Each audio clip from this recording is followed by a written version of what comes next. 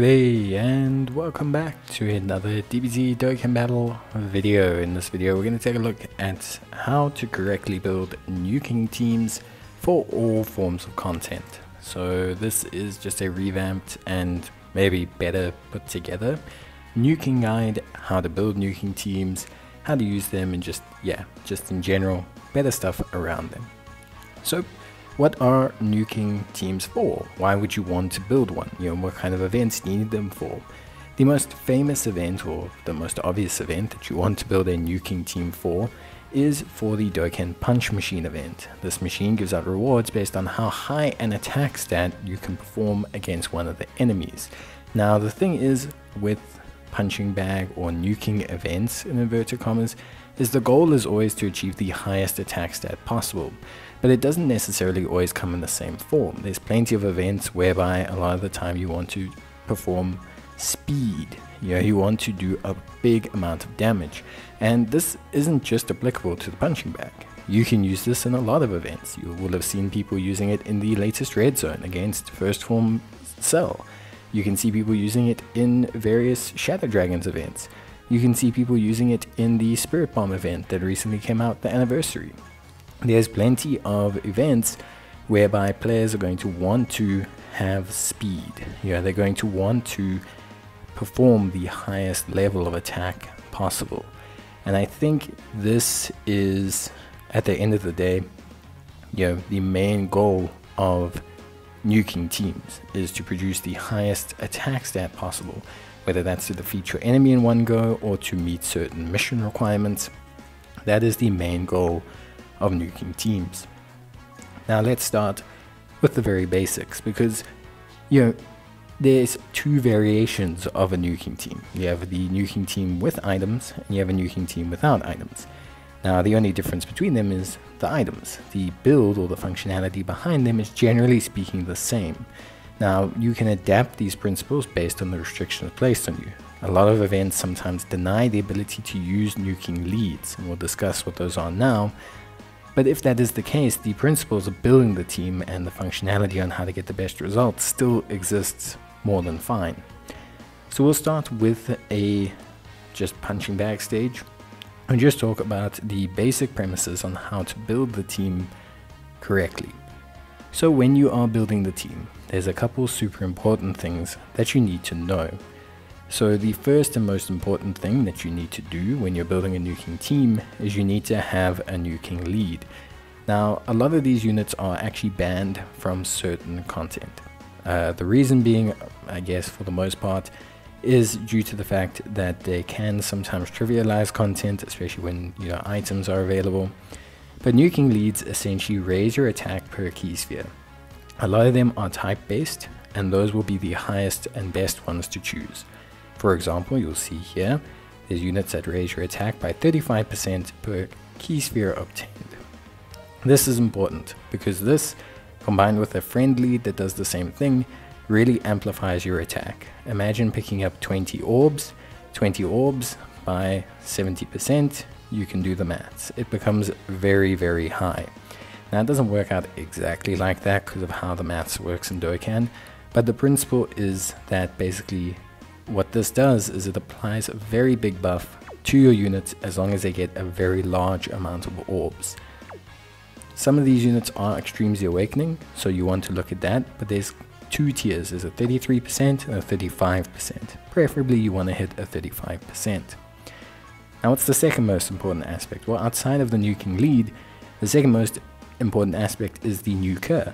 You need a unit that can do a high volume amount of damage, and usually these units gain attack based on orbs. The most famous, or the OG nuking unit, was Gohan. Not all nuking units are the same. You can't just take a unit that gains attack and defense per orb, stick them in a team and expect them to do a billion damage. Raw stat supply, base stat supply, do they have a modifier, do they have gain attack on super, do they have built-in crits, do they have other factors around them that are important, and you should consider all of these. But the number one consideration, or the first stepping stone to identifying a nuker, is to find a unit that gains attack per orb. Now, what's the next most important part? Well, the next most important part is orb changing, because it's not just enough to have units that, gain attack per orb. We need to have orbs. Now, there's something very important to understand here. You want to avoid generally units that create rainbow orbs. Units that create rainbow orbs are great in general play, because they allow you to create new orb paths that can give your units ki. However, in nuking events, rainbow orbs actually aren't as good as you can imagine, because rainbow orbs, what they do is they actually break up the field of orbs and can prevent you getting a full field. It's actually quite bad. So you want to actually avoid rainbow orb changes. You also want to avoid conditional orb changes like Vegeta, and focus primarily on just units that straight up change orbs without a lot of conditions. Now, if you're doing a stage that lets you use items, you don't need as many orb changes as you might need in an event that requires you to not use items.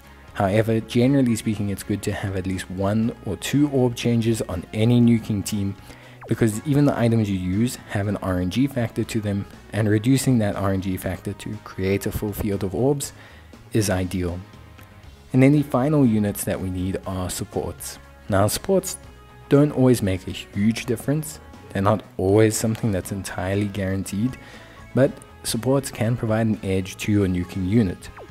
Especially if your unit has an on super attack modifier, it's always ideal for you to have some kind of support to really push your unit ahead.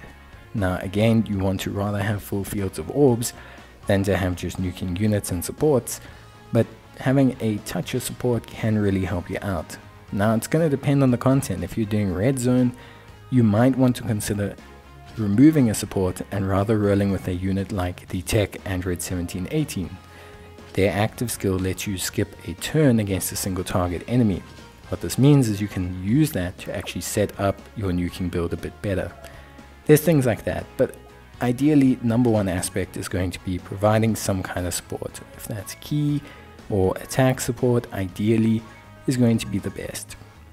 Once you've set up your team, all you have to do is make sure you choose a friend lead that reciprocates your own lead, and then you're basically ready to go. And then you fight the hardest part of any nuking build, and that is, well, let's do this. To cut a long story short, unfortunately, that is RNG. Now, especially when it comes to the punching bag event, but when it comes to any event that you're trying to perform a nuking build on, a lot of the times RNG becomes a very big factor. RNG, basically your opening turn order, can basically determine how well your situation is. If you open up and you don't have any of your orb changes and they're all in turn 2, and you only have your nuker in turn 1, but you only have supports and you don't get any good orb changes, then it all becomes a bit of a mess. And that's just one of those things. You don't really have the biggest control over the ability of your team to nuke. And any nuker that you do pick, or any unit you do pick to pick up those orbs, doesn't necessarily mean they're going to become a nuker. You can see Android 18 hitting 3.7 million, and it's just not that big a deal. It's also super important to understand that when it comes to nuking, sometimes 17 or 18 orbs you think is good is not really that good. The way the nuking works, and especially when you look at how units gain attack and how it's multiplicative, means that the last 8 orbs or 6 orbs that you get actually almost mean as much or more than the first 17 you get, just because of how each individual collection of orbs stacks attack upon the other. So what that means is, ultimately at the end of the day, missing out on 5 or 6 orbs can dramatically change how well your unit does in terms of nuking, and it's very, very important.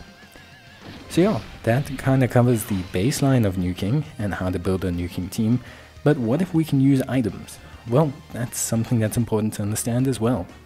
So in terms of items, there's a couple things you need to know.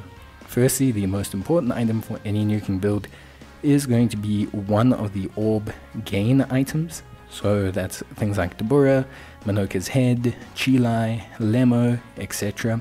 And what these ones do is they change orbs of a certain type randomly, but they also give you an extra 5% attack per orb.